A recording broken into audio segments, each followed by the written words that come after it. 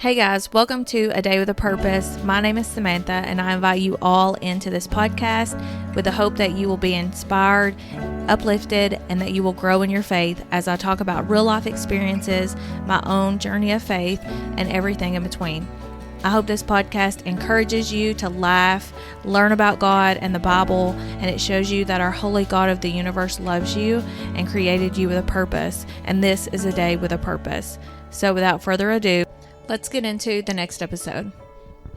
Hey guys, welcome back to A Day with a Purpose. Today I want to talk about an incident that happened to me back in May 2023 at my local Walmart, no less. I also want to discuss an episode from Dateline that has been seared in my memory. It's about a girl named Kelsey Smith who goes to Target and she is abducted and killed.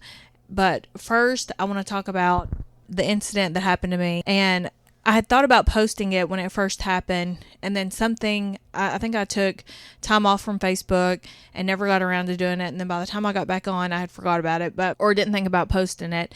But it's really something that everyone needs to be aware of, especially, if you have young girls, they're walking up in these places not thinking anything of it. They need to be aware, they need to be cautious, and the story that I'm going to share definitely backs this up. This was May 2023. I had ran to Walmart. My little ones was having a birthday party. Didn't plan on being there very long. It was hot outside. I was in the garden area. I go in there, there's two older men, and they're talking back and forth. I'm in there maybe 3 or 4 minutes. I look up, and those men, I don't even remember those men leaving. It was like 1 second they was there, and then the next second they wasn't. All of a sudden, I realized that I'm in the garden section with a young teenage boy. He looks to be maybe 17 years old. This is May, so it's hot outside. This boy is wearing black jogging suit, zipped up, black shoes. Kind of odd that he's in the garden center, but thinking maybe he's here with a grandma or a mom and he's killing time. Didn't think much of it. And after a couple of seconds, I realized he's following wherever I go. And he's standing maybe 15 feet from me, and I'm looking at the ferns, and out of just pure being fearful, because at this point I didn't know if this kid had a gun. I didn't know what he had on his mind, and so I'm just trying to break the awkward tension, and I look at him and I say, do you know anything about flowers? We're in the garden section, what else am I going to say? And he goes, not really. So I was like, me either. And I just feel very, very uneasy. So I grab the ferns and I start walking, and all I'm thinking is just get out of here, don't stick around, just leave. And as I start walking down the aisle, I feel he's walking behind me. Not on the same aisle, but on the very next aisle. I can feel that he's planning on coming up right behind me. And so I stop, and all I can think about is don't have your back to him. And so I turn around like I'm looking at something, and he is just fully exposed. I've told this story to a couple people, and they started laughing when I said that, but I'm like, you don't know how fearful that is and how violated you feel when something like that happens, because you're not expecting that. You don't know what this guy's capable of, because you think if he's going to do this to a complete stranger who he doesn't know in broad daylight in a public place, he's unhinged. Like something's wrong with this person. He's going to do something. I just immediately turn around and I'm just praying. And I'm asking God to help me, and I'm asking God to keep me safe. And I'm like, please just get me out of here safely. Like, please, God, just be with me.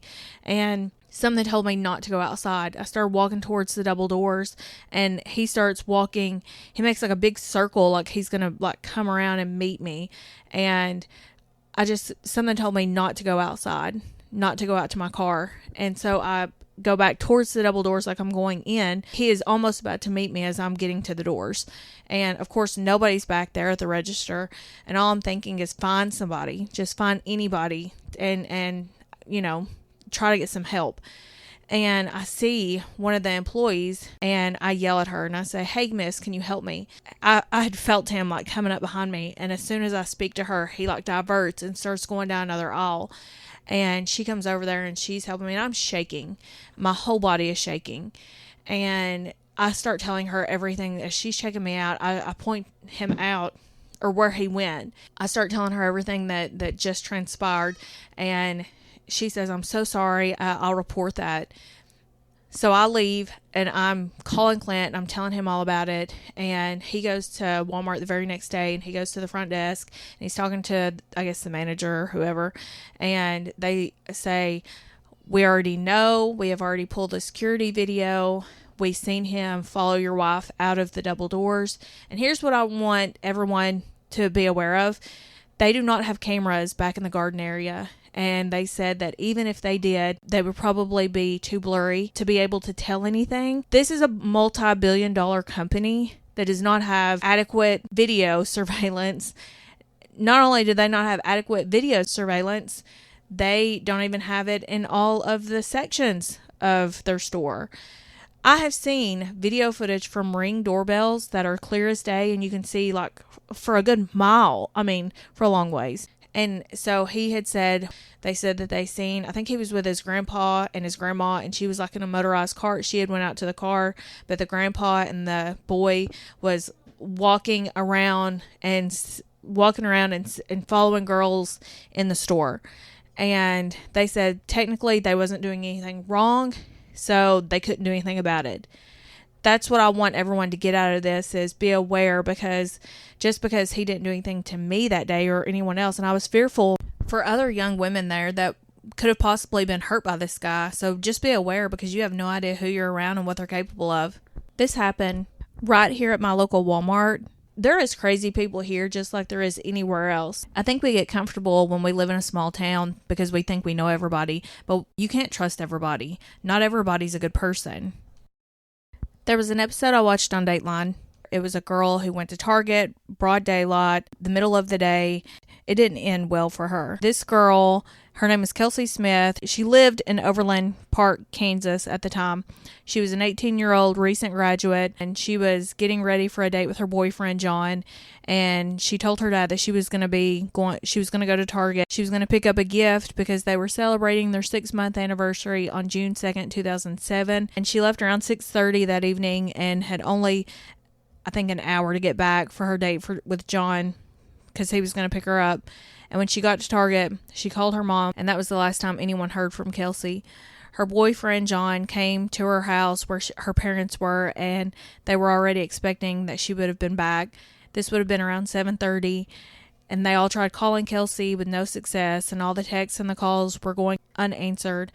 And Kelsey's family and boyfriend went to Target to see if they could see her car and look for her, but there was no sign of her. And her dad, he was an off-duty police officer, and he called dispatchers and other officers that he knew to find out if there had been an accident or a traffic stop, but there were no reports that matched Kelsey's description. And her boyfriend, John, took a detour through the mall parking lot. Outside the Macy's department store, he found Kelsey's vehicle, and everything she had just purchased and her purse was inside the car, so they knew she had made it back to the car. The police had got surveillance footage, and they watched, and they seen Kelsey arrive at the store, and she browsed through the aisles. They saw that she had made the phone call to her mom about the gift box. She paid for her items, and then she exited the store to get back to her car after less than 10 minutes. Inside Target, surveillance footage outside of Macy's showed Kelsey's vehicle arriving at 9:17 p.m. and a man with a white shirt gets out and he hurries from the vehicle. Police compared this figure with other people from the security footage, and they see a male following Kelsey in the store, and he follows her as she exits the store, and then he rushed at her as she was getting back into her car, and it appeared that he shoved her into the car and climbed in after her and took control of the wheel. The police released footage of the suspect and got a tip that he was a 33-year-old man named Edwin Hall. The search crews found Kelsey's body on June 6, 2007 in a wooded area about 45 minutes from the Target where she was abducted. Again, this was in broad daylight in a very public parking lot, and she was raped and murdered. And this particular case stands out for me because this was a young girl who just went to Target to get a gift box, and she had no idea that she was just minutes away from having her life took by this predator. I think it was seared in my mind, so I'm always just watching and looking when I go into any place, because I think you just don't ever know. I think every time my girls go in somewhere, they're looking around and they're like me. They suspect everybody because you don't ever know. People are crazy, and you need to be aware, and you almost need to be packing something Honestly, you need to be packing some kind of protection to be able to defend yourself. We was in a hotel room one time and we had our pepper spray. I think Peyton had sprayed it in the sink. One of us had turned the faucet on. Just the fumes from the pepper spray started making us gag and cough. And Peyton said that her throat felt like it was clogging up. That was just from spraying it in the sink. So I tell the girls all the time, I'm like, pack pepper spray and spray it at somebody. And I think, golly, I wish so much I'd had my pepper spray. I didn't think nothing of it. I was going in the garden area, and really just didn't think I'd be in there 5 minutes and grabbed a few things. But imagine if I'd had my pepper spray. I mean, at least maybe that would have made him think twice before he done anything like that to somebody else. But you don't even have to get it in their eyes. Just spray it at their face. Anything that is going to give you time to get away. I think about all these girls who, if only they had had something, if only they had had some type of protection to just enough to get away, even pepper spray. I mean, you don't even think about that because you just assume you're safe, but that's just not the case. I mean, we just don't live in a world like that. Like I said, I was praying. I have no doubt God was watching over me that day, keeping me safe from the evil. When I felt that guy coming up towards me, I could feel the evil coming from him. And I just called out to God, thinking about this young girl. Her life was not spared. Again, we don't know why things happen. We live in a world that there's a lot of hurt and there's a lot of pain. We have no idea why some things are allowed to happen to people and some things are not. But we can't question God. God tells us He gives life and He can take life. And whatever He does, it is for a purpose. He has a purpose and a plan for every single thing that He allows to happen. And we just have to trust Him. And that is not always easy. And we have questions, like I said in other episodes. What right do we have to question God? He creates us. He gives us life, so He can take it. The fact that He wakes us up and allows us to even have life is a blessing. I hope that someone came to know Christ through that young girl's tragic death. I hope in some way that something really great has come out of that. And I have no doubt that it has, because God says He works everything for good. And if one person came to know Christ through that who may have not ever known Christ, I mean, God knows what He's doing. But that was a story I wanted to share.